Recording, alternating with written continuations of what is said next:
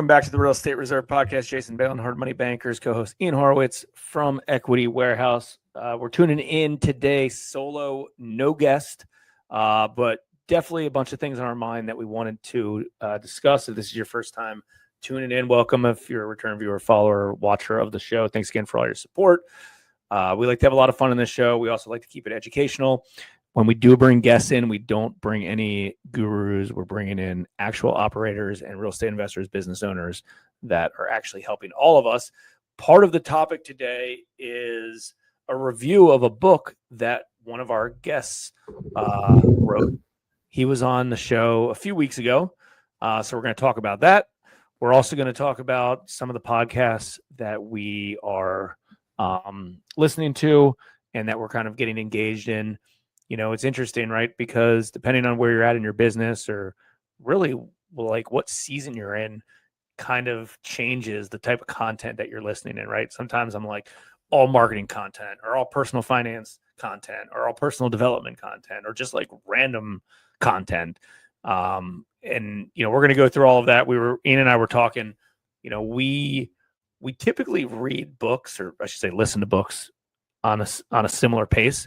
And then we review them afterwards.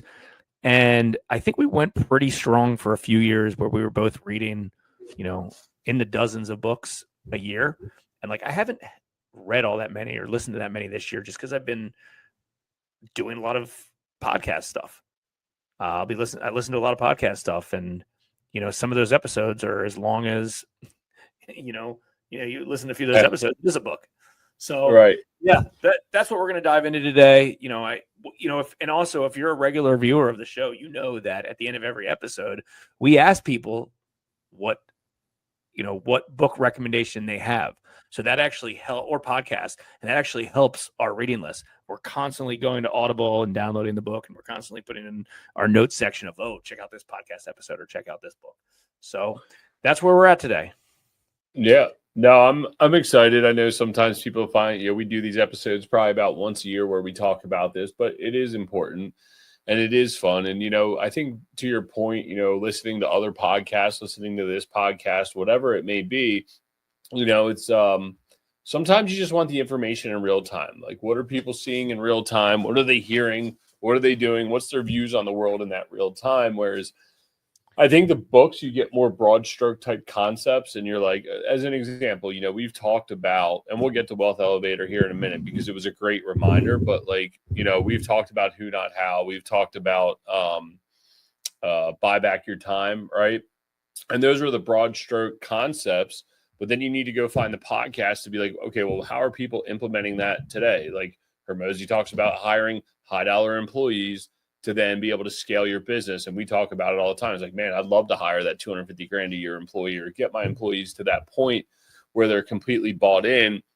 And it's like, okay, well, that makes sense. So it's like, you need the combination of the two to hear like the concepts out of the books that then apply to the podcast that you're listening to. And I think both of us have been implementing a lot of strategies over the past year or two that has forced the hand to be a little more into the podcast realm.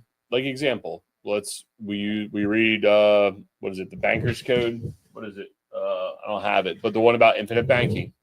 And then it's, that sounds like a really good idea. Now let's go consume every podcast. Did you see this YouTube video? Did you see this podcast? And I think a lot of that's taken place over the last year or two. Well, I also like, the book can kind of teach you education of the topic. And then sometimes you can get relevant case studies from a podcast episode that I like. So, like for instance, Being Too Subtle from Sam Zell was a book that both of us really, really enjoyed. And I loved it. And whenever the book was written, I don't remember. But, after that book was written, it's like, I want more content related to Sam because I want to do what he does because he's a gangster and a killer.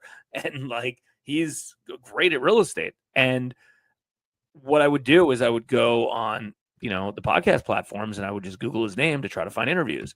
Right. And then there was an interview that was on Tim Ferriss's podcast. I freaking loved it. Right. And then he'd be on, some financial news channel podcast. And I like that as well.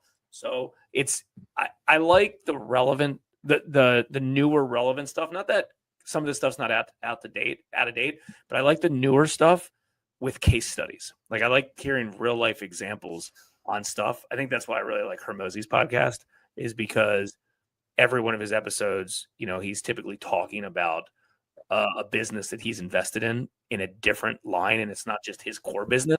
So I love hearing what other business owners are doing inside their business to find something that's relevant inside our business. And you can find that when you're, when these guys are actively doing case studies. One other thing to note, which I think is important, is there's a lot of times that I believe, and I think Ian, you probably agree with this too, is you kind of, it has to be in like the right place at the right time. Like somebody could tell you something every day for 10 years and you're just not ready for it. You're just not in that right spot. And then that one day it clicks. It's like, God damn it, I'm a dummy. Like that makes so much sense. I'm ready for this now. And it could just be you weren't ready for it, or it could just be that it wasn't presented to you the right way. And now you're at a spot that, that it clicks. There's a few things, and, I know you kind of leaked earlier that we're going to talk about the Wealth Elevator book. And Lane was on our podcast weeks ago. It was pretty simple, some of that stuff. But there's a few things that clicked where I never really thought of it that way.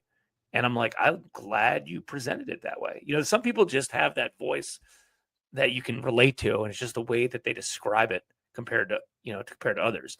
There's a lot of podcasters and even people and even authors that I don't like the way that their voice comes off, and it's hard for me to, get the information, absorb the information just because it's the way it's presented. Yeah, I would agree with that, and I think that's a lot of what it comes down to the book. And like Lane was talking about it on our podcast, and then you're like, "Hey, I picked it up," and I was like, "Dude, why'd you pick up such a simple book?"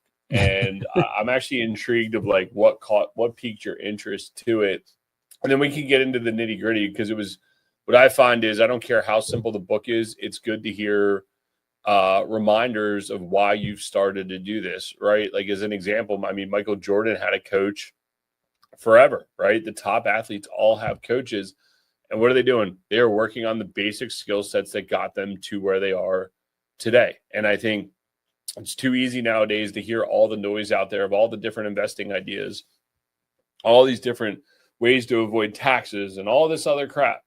But when in reality, you should just be focusing on one core thing. So, Jason, for you, what was it about that book that like piqued your interest? Was it because Lane was on the podcast and you're like, hey, this guy spoke well and I wanted to see the book? Or did the book like speak to you and you're like, hey, I need something to read? No, I think he was, because he was on the podcast and I related to a lot of the things that he was talking about, and he did it in a simple way. And then he talked about, his book being the Wealth Elevator, and how in essence, sometimes you start at the ground floor, sometimes you start at floor 1, and you got to get all the way up to floor 10 of what the super wealthy, the super rich legacy investors are doing. And, each floor kind of represents something different. So I'm like, oh, hey, let's see, what floor am I on? Type of situation. At some points I'm on this floor, other points I'm on this floor. Tax saving strategies, I'm on a lower floor than I might be on, cash flowing business strategies, right? And, he was talking about, what a lot of his clients that he works with are at and the types of deals that he was doing. And I'm like, there was just a few things that he talked about that really, really, really clicked.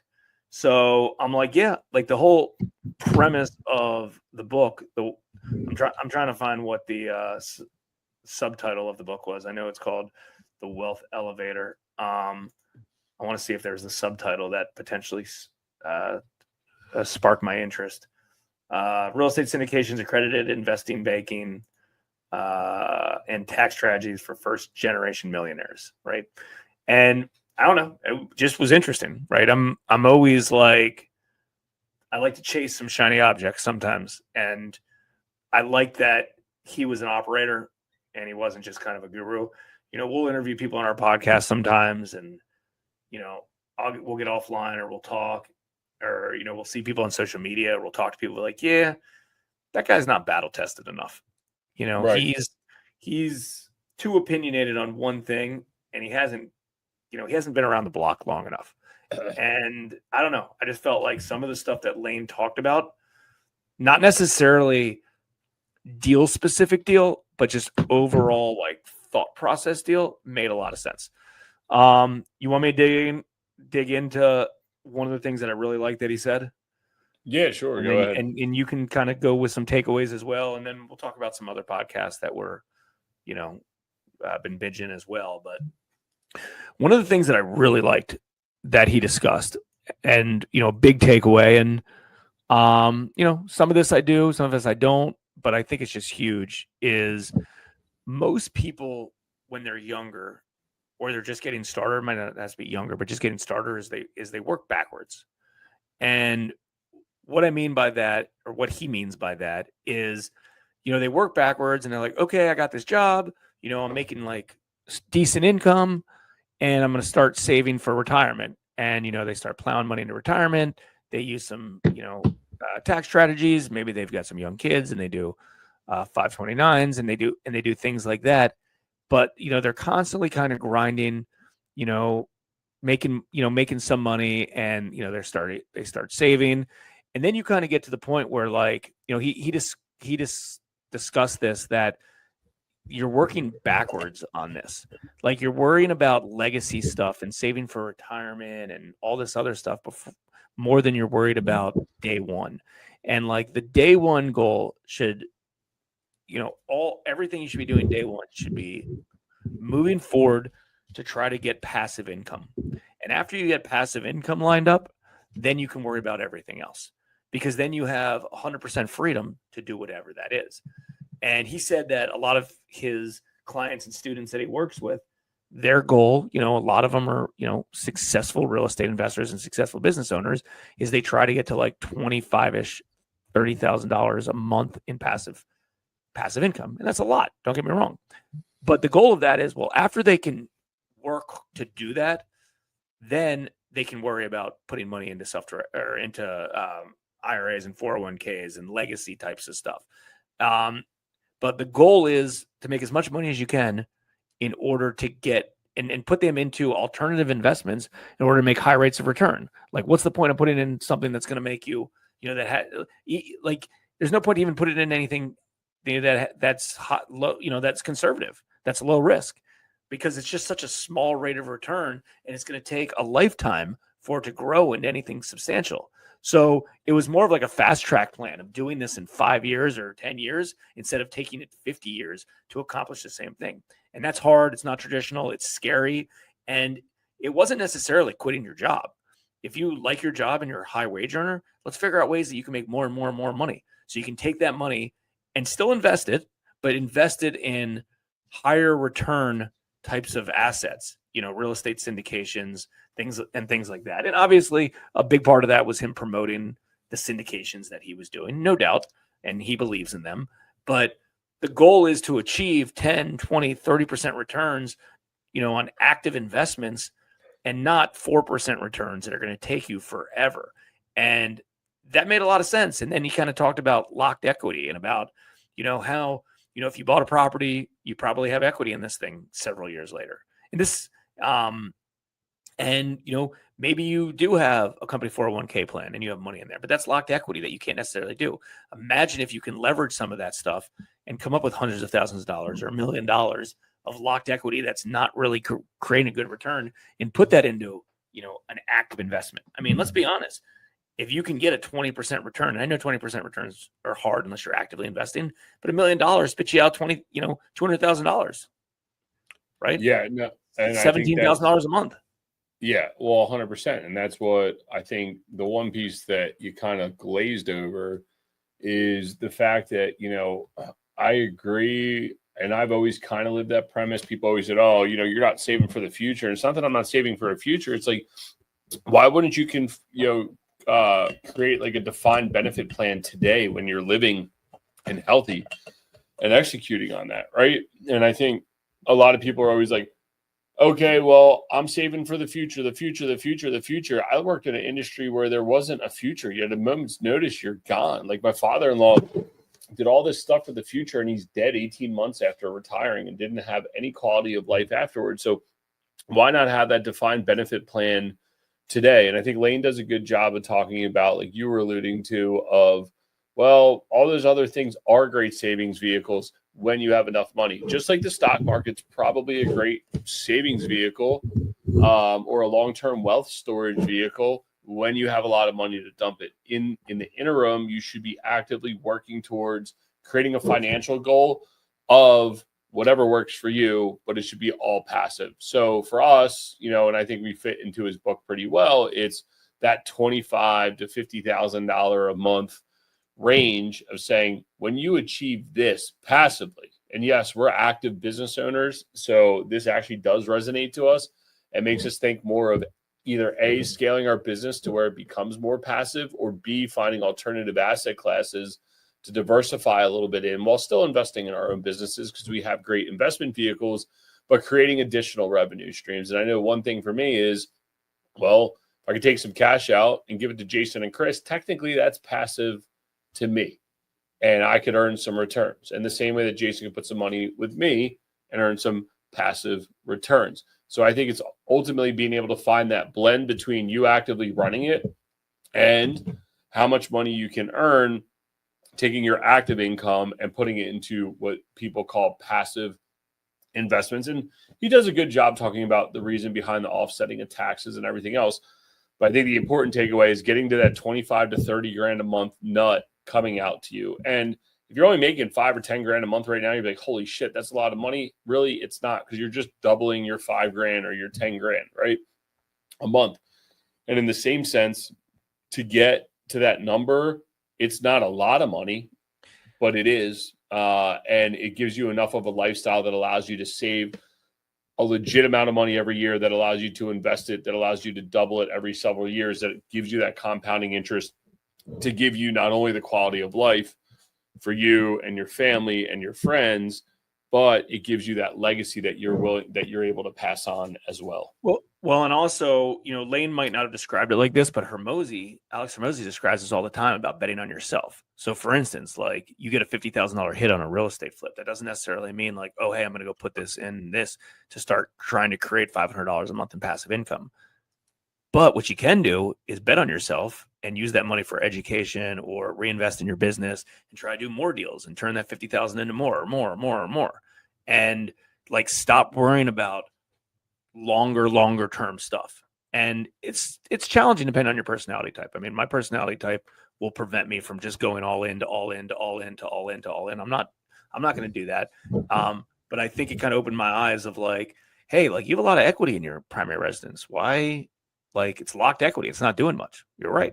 Hey, you have a 401k that, you contribute to because, you get a tax break on the front end because it's still set up as a traditional IRA. What's that money doing for you? And all good points. And yeah, the market's been fine and it's got a good double-digit rate of return and things like that, but it's still locked and it could turn into other bigger things. And the goal isn't to necessarily just be a risk taker. That's not what I think he was trying to portray.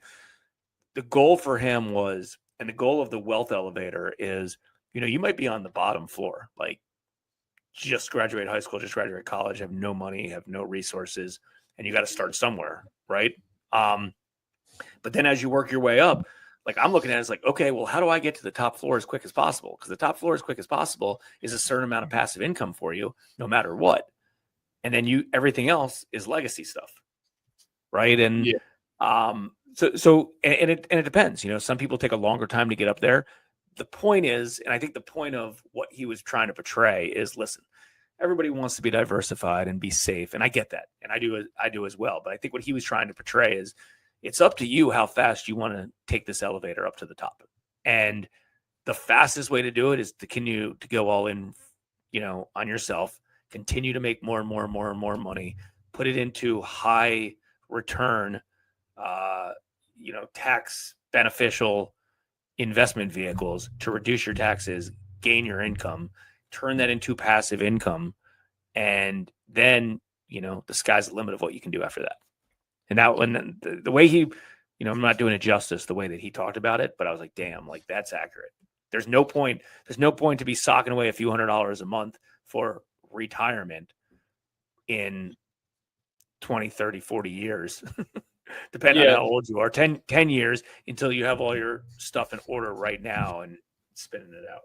But I just think, like, I looked at the evolution through me. I think his book early on, where I was financially, is probably not the right book for me. The right book for me then was probably more of a Dave Ramsey get out of debt style and take that like crazy thought process. But then, like, if you're conflicting your morals of like, well, why should I pay my house off? I think Lane does a very well job of speaking to that middle market, upper market of saying you can pay your house off. Let's just use $500,000 as an example, or let's use $1 million as an example. For round number sakes, you could pay that off and save $6,000 a month. But what if you took that same $1 million that you had to pay your house off and you could put it into an investment that gets you, 15 to 20% returns? That's going to far outpace it. And that's the quote unquote good debt of the world, right? If you can't sleep at night, fine, pay your house off, whatever. In the end, I think ultimately that is an example of utilizing good debt and betting on yourself and saying, okay, man, that $1 million will be worth $2 million in 5 to 7 years. Well, then at that point, I could look at paying my house off, right? He talks about selling your house every several years as there's under $500,000 of trapped equity to take the tax benefit of. And yeah, listen, sounds great on paper. But when I was an early fireman, I couldn't even fathom buying a house. Now today, it's like, wow, yeah, you got a point. I do have $500,000 of locked equity. How do I tap that, leverage it, and continue to grow it the same way that you would grow your infinite banking policies or anything along those lines? And I think overall, he did a very good job. And I did, if you're advanced, I think you get a ton of takeaways from it and a lot of good baseline reminders. And if you're in that mid-tier, you're going to get a lot of aha moments to say, what should I do next? And if you're at the beginning level, you're going to go, holy shit, this is overwhelming. But it's going to give you an idea of what you should be looking for or what you should be striving to do there in the future. And if you want to be an active investor, there's takeaways there too. You want to be a passive investor, there's a ton of takeaways. Yeah. So I would say it's very rare do we have a guest on that we're like, oh yeah, you got a book. I was just trying to sell stuff. And then we go listen to it. It's like, oh shit, this was actually a really good book that I think everybody should take a. And it wasn't super advanced or super like, oh man, this is revolutionary. It was just some simple tactics that just for some reason hit and made a lot of sense. And like, here's another thing. You're like, oh, well, how am I going to find a 15 or 20% return? And, obviously your interest rate, your return on capital is going to depend on if you're active or if you're, passive in the investment. But, think about it. You get into a syndication. These are the examples that he was using. You get into a syndication, 8% pref. And then, that pref turns into, you have equity in that as well. Right. So, as the thing continues to grow, you're getting equity distributions as well. So that 8% gets maybe into double digits. Then you're getting the tax savings as well. And it's, in essence, his goal towards that end of the book was getting you out of W-2 income, an ordinary income, and getting into investment income in order to reduce tax brackets, reduce tax liabilities. So it was an adjusted yield of that. I'm not saying it's like, oh, hey, just put your money here and you get a 20% return.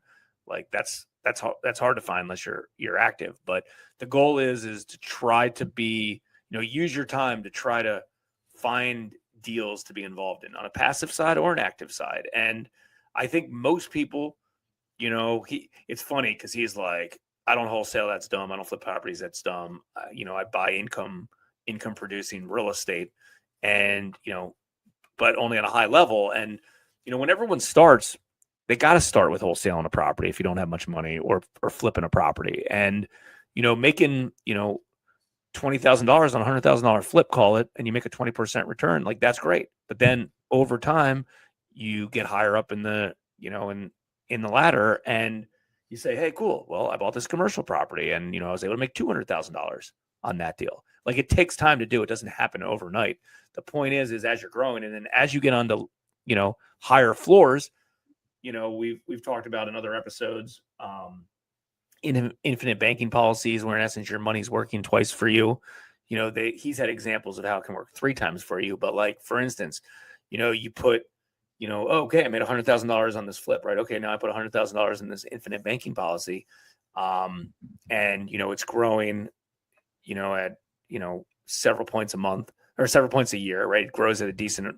I don't know. Ours has grown at what 4 or 5% year over year on that, and then you take a loan on it to go invest in something else, so your money's still compound interest working. You're taking the loan out at simple interest. And then you go invest in the next asset that way, right? So you have two things going. And that was more advanced strategies, and that's something that Ian and I have been doing for years. But the point is you start kind of where you're at the ground floor or the floor one, and then as you're growing, and like the top priority is cash flow. And it's bringing in money and bringing as much money as you can. Because as soon as that's coming in and that's in order, then you can start investing in things. And if you have, a high paying job, it's like, great, let's take some of the money from this high paying job and put it into something else. I can't actively run those things because I'm already busy at this stuff. Great. Put them into a passive investment, maybe get some tax savings from that, have a decent adjusted, rate of return, understanding rule of 72, dividing the interest rate by 72. So, how long it's going to take to double your money. We've always had a goal internally to try to get a 14.5% return on any investment we've ever done. So we can double that every 5 years. That's just kind of a rule of thumb, not ever really investing in anything that I can't achieve less than that return, because that's the way that I pro forma things up. So again, people have different views on this particular topic, but that was Lane's view. And personally, I agreed with a lot of it. Yeah. And it was a great reminder. I think that's the biggest thing. And I think that's why you got to read the books. And I was joking around with Jason. I said, I might toss that one on an annual basis just because it's just a very simple, direct book. Overall, how do you apply it? How do you take it to that next level? That's totally up to you. And if you're going to go take those advanced strategies before you take the initial strides, you're going to fail miserably. There's no point in having $100,000 a year infinite banking policy if you can't save the money and put it in. It's useless, right? And I hear a lot of guys in different groups, and it stressed me out. They're selling a property and sweating depreciation recapture. They're sweating how they're going to get out of taxes. They put themselves on clock for 1031s. And Lane says it great in the book, and it's honestly something Jason and I have been talking about a lot, is we got some deals that we're getting ready to sell and come up on. And he's like, hey, you got a nice bank of depreciation and passive losses. I said, yeah. So my first couple $1 million of sales, I'm free and clear. Well, what was the key there? We continued to buy real estate. We didn't sweat the 1031s or any of those other things. We saw one of our apartment buildings. We cleared, $300,000, something like that, each. And guess what? I paid no tax on it. So I think taking that time and not so much sweating about the minutia of how am I going to avoid taxes, but continuing to do the right thing, continuing to make money, continuing to buy properties, you're going to end up in a situation where you're not going to have a tax implication, right? And I think, and I believe, not so much think, I believe as long as you're always continuing to do real estate, I will be in a good position. And then when I get to the terminal end of my life, that my kids will have the stepped up basis. Yes, I might toss an irrevocable trust in here and there. I might do some other goofy stuff between here and there, but so as long as they get the stepped up basis when I pass, then they will be in a, the execution model would then be, hey, you got these life insurance policies, go sell off this real estate. It'll be your best opportunity to do it. Get it off the books, take that cash, and then you go to the next level. So I do like the legacy play, and I do like the internal not sweating. How do I avoid taxes today? And tripping over that. And I think that's part of the reason why I've always had trauma around selling properties, and we've gotten much better with it as we've sold and not really been taxed, and really learning, like, I haven't been taxed because of this. So actually, I think Jason and I might do a fun episode here in the future about depreciation recapture as we go through it in real time and learn all about it. But these are all things that Lane talks about as well in the book that were good reminders of like stuff that we've been talking about going, I don't know if we're right. Boom, he talks about it in the next chapter that I listened to, right? So, yeah. So are we good with this episode, or should we talk about some other stuff we're listening to? I mean, it went longer than expected. I was a little bit nervous that we, we'd be like, yeah, that's what it is. And then episode over, but we got pretty, passionate and down and gritty in it. And that's what it was. I mean, I talked to you several times on the phone, after I Yeah. finished reading it, and then you got through this in a few days pretty quickly. And again, like, it's nothing revolutionary, but for some reason it kind of hit home on some of the stuff, especially like, you got to get your passive income in order, like work on that, forget savings for all these other like things, like just grind. And like, I think the way that he does things with his students is he tries to help them in like 5 years of like, listen, this is our 5-year plan. It's not gonna be freaking easy, but then everything else in place. And I talk about it all the time. And I have a pretty lofty passive income goal that I'm trying to hit, and it hasn't happened quickly. It hasn't happened overnight, but like it will happen, and it'll get to that where we all kind of have that set up. I like the a third rule. That's what I've always kind of used, and most of my stuff is ordinary income or interest income. So it's hard for me to get tax deductions on a lot of stuff, but I've always kind of had the third, like, a third I can do whatever the hell I spend, do whatever I want with. A third goes to taxes, and a third goes to savings. And I think if you follow a formula similar to that, doesn't have to be that, but similar to that, you're always going to be in a good spot. And then people are like, well, you're not going to need to continue to save after you hit that certain amount. And it's like, yeah, you kind of do, right? Like, think about what, your household expenses were today, or think about what your household expenses are today compared to where they were in 2019, like pre-COVID. Like, things went up a lot, and like it was unexpected, and it's going to continue to. Ian and I had a conversation today and said, hey, what dollar number would I have, dollar amount, sorry, would I have to give you today in today's dollars, and you weren't allowed to save any of it? You had to spend it. You can only use it to spend it, right? So in essence, like, what dollar amount, if I gave you today, would last you for the rest of your life?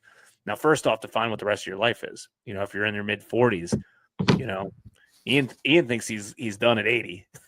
I don't know. I just cracked a tooth. I'm sitting here sweating bullets. The end of the world's coming. A lot of people are living into their hundreds, and in 50 years from now, it might be a lot different. I mean, think about I don't know what 50 years looked like. I know what 40 years looked like, but like the difference then compared to difference now, like think about what you could buy 40 years from ago, so imagine what that stuff's going to cost in 40 years from now. So like, if I was like, hey, I'll give you $30 million, a shit ton of money. If I give you 30 million bucks, can you last the rest of your life on that money? Now, the answer is yes, if you invest that money. But if you're like, you have $30 million and, tomorrow you're going to have 29 million and blah, 900 something thousand, and you had to live off principal, how long could that last for? And I don't know the answer to that, but I'm willing to bet that it's not enough.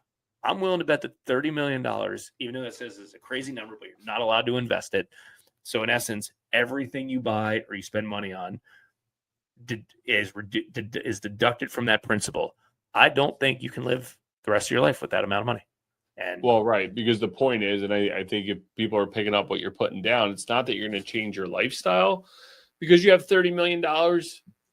It's because inflation. Look at 2019 into today. Everything's 1.5 times more. I used to sit here and fight with some guys in Jason's office, Mr. Glenn over there, and I would say, dude, like, just go out and make more money. Like, you need to continue to make money. Like, I want to make $1 million a year, right? Like, oh fuck, you need that much money for us because you need to make that much money, and I haven't achieved that goal, just FYI. But why do you need to make that kind of money? You want to make that kind of money because when massive upswings in that happen, you need to be able to do it. So that $30 million might seem cool today, and you're living on $100,000 a year this year, $50,000 this year, right? And you pay your house off over that time, you pay off whatever other stuff you have over that time, but things are increasingly getting more, and that velocity, that compounding velocity on the expense side is outpacing the compounding velocity on your income side.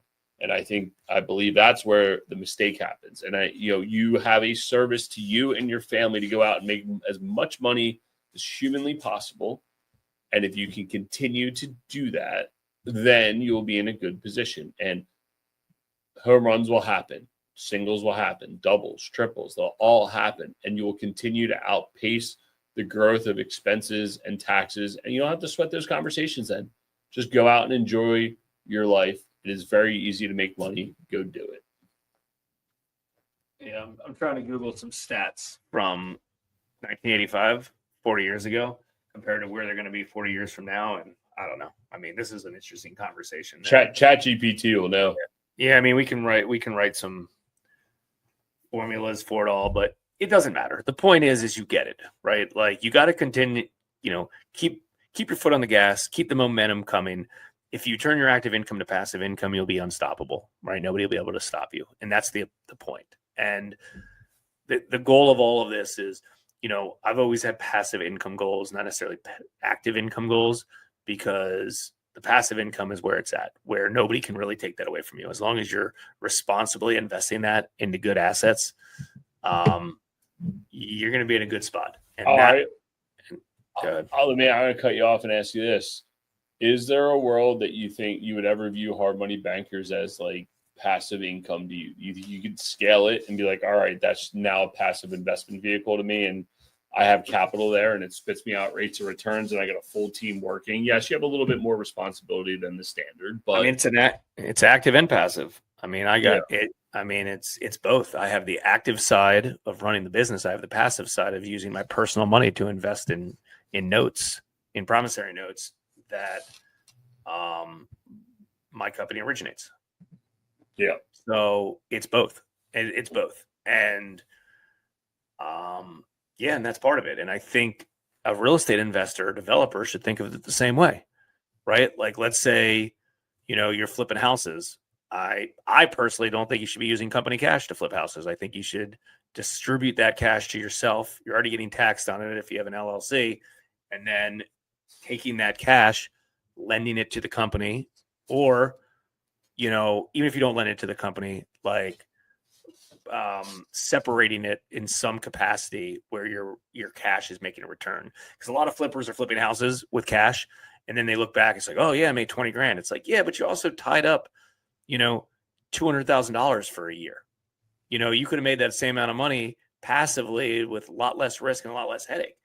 Like, you're just enabling yourself to give yourself a job. Like, you have to differentiate the return on your capital compared to return on, the business. So mine are contingent on each other, right? But they're definitely separate, right? I'm making a passive return. Like, I'm either using my own personal money or I'm using someone else's money that's getting that return. When I have my own money in deals, I make twice as much money. I make the lending side of the money and I make the investor side of the money. It's like investing in a fund, right? Like, and you're a fund manager, you're making your fund manager side, and then you're either making that interest or that return on that fund to yourself, or you're paying another investor. So you're double dipping on it. And as a real estate developer, it's the same thing. And too many real estate developers don't take into consideration their own money, in the project. So it doesn't matter what you're in. If you're doing investment type of stuff, you gotta take in consideration the money that you're putting up and treat it as investment capital. Yeah, I fully agree. Sorry, I was reading a message about a deal, that exact situation where I put money in as an LP. We were the GPs, and they are now saying they want to close in a very rapid rate. So I'm getting a little excited over here. We'll have to recap. We'll have to recap that deal when it closes. We'll keep it on the DL for a minute. So, but yeah, no, I agree. You should be distributing to yourself. You've received that tax position, and then come back around and then put the money back in and value your capital the same way you would value anyone else's capital. Why should you treat your capital any different than you would steward anyone else's?